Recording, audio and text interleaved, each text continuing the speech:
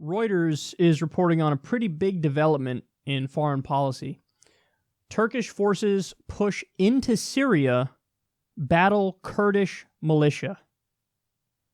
So, Turkey's army and rebel allies battled U.S.-backed Kurdish militia in Syria's Afrin province on Sunday, stepping up a 2-day-old campaign against YPG fighters that has opened a new front in Syria's civil war. They attacked the YPG and the PKK. There are even reports of attacks against civilians and attacks against a camp for displaced people in Afrin. So, listen, what's happening here is this is a giant clusterfuck. So the Kurds have been crucial in really destroying ISIS. ISIS is in fucking tatters right now. There are many reasons for that. The Iraqi army, that's one reason. The Syrian army, that's another reason. But also the Kurds, another giant reason. They've been one of the most loyal and persistent fighting forces on the ground against ISIS and jihadists in Syria from day one. And the U.S. was partially backing them. The U.S. was backing all different factions of rebels, and some of them even warring with each other. But the U.S. gave tentative support to the Kurds, and Turkey hated this. Turkey's one of our top allies. They hated this because they despise the Kurds. Because the Kurds want an free and independent Kurdistan away from the oppression of Tayyip Erdogan. So, right when we learn, hey, ISIS is really in tatters and they're pretty much done, thanks, Kurds, Turkey's like, great, when do we attack the people who are attacking ISIS? And that's what they're doing. They're like, okay, bomb them, don't care. And then also now you have the Free Syrian Army, which were other Syrian rebels, less extreme, albeit still somewhat extreme. They're like, okay, we're going to attack them too. So now you got the Free Syrian Army attacking the Kurds. You got Turkey attacking the Kurds. And the U.S., who were on the side of the Kurds when they were fighting ISIS, were now like, see, you wouldn't want to be a bitch. There was like a weak statement of like, yeah, we think Turkey should move forward and be careful about what they do or something, whatever. We don't care. We're out. And how many times now have the Kurds been screwed over by the West? This keeps happening. We're talking about, these are not jihadists. These are not extremists. Many of them have a leftist ideology that might be part of the reason why the U.S. is like, yeah, okay, sorry, you were an alliance of convenience and now we're done with you. But nobody's even batting an eyelash here. And the most important point is, this de facto helps whatever remaining jihadists are there. Of course. Of course it does. You're taking out one of the crucial fighting forces against ISIS because you don't like the Kurds, because you're afraid of a strong, free, and independent Kurdistan and a Kurdish independence movement.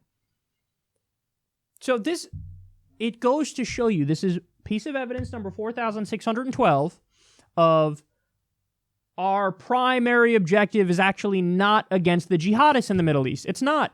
Because if it was, the first thing you would do, whether it's Trump or Tillerson or Mattis or whoever, you pick up the fucking phone and you call Erdogan and you say, if you don't fucking stop bombing these Kurds right now, you have zero aid from the United States of America. None.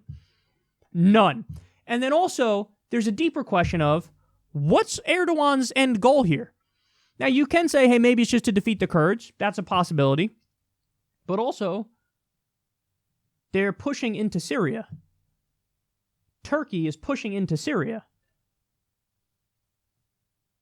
One of the accusations against Erdogan, which has some merit, at least some merit, is that this is a guy who basically wants to resurrect the old Ottoman Empire. You know? And he's power hungry. He's a loose cannon. And he might be going, oh, I see you guys failed to topple Bashar Assad. Step aside, bitch. Not good. Not good. And so now you have the United States. So we're aligned with Saudi Arabia, of course. Saudi Arabia is committing a genocide in Yemen, blockading them, not letting food in, not letting medicine in, helping them pick the targets. Hey, here, bomb here, here, and here. They're bombing mosques. They're bombing open-air markets. They're bombing hospitals. They're bombing schools. So we're aligned with Saudi Arabia, Salafist ideology, which means we're also aligned with jihadists on the ground in Yemen,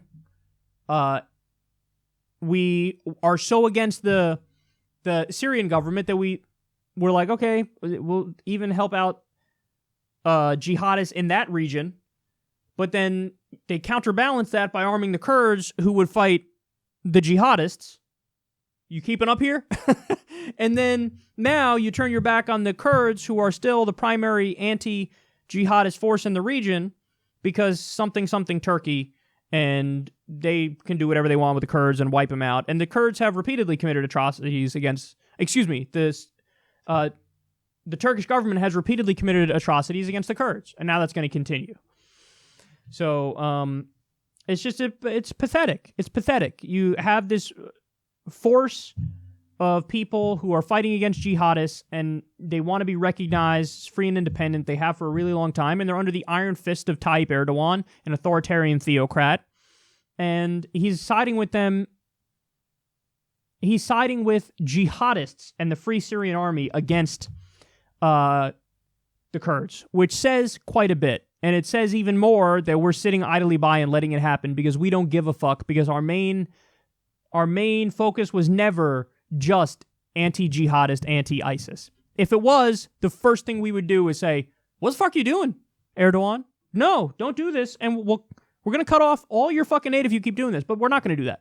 We're not going to do that because we obviously don't have a big principled stance against that kind of extremism, because we are buddy-buddy with Saudi Arabia, and that should be all the proof you need to know that this is more about business, this is more about the status quo, this is more about natural resources, this is more about the empire than it is about backing the right people for the right reasons.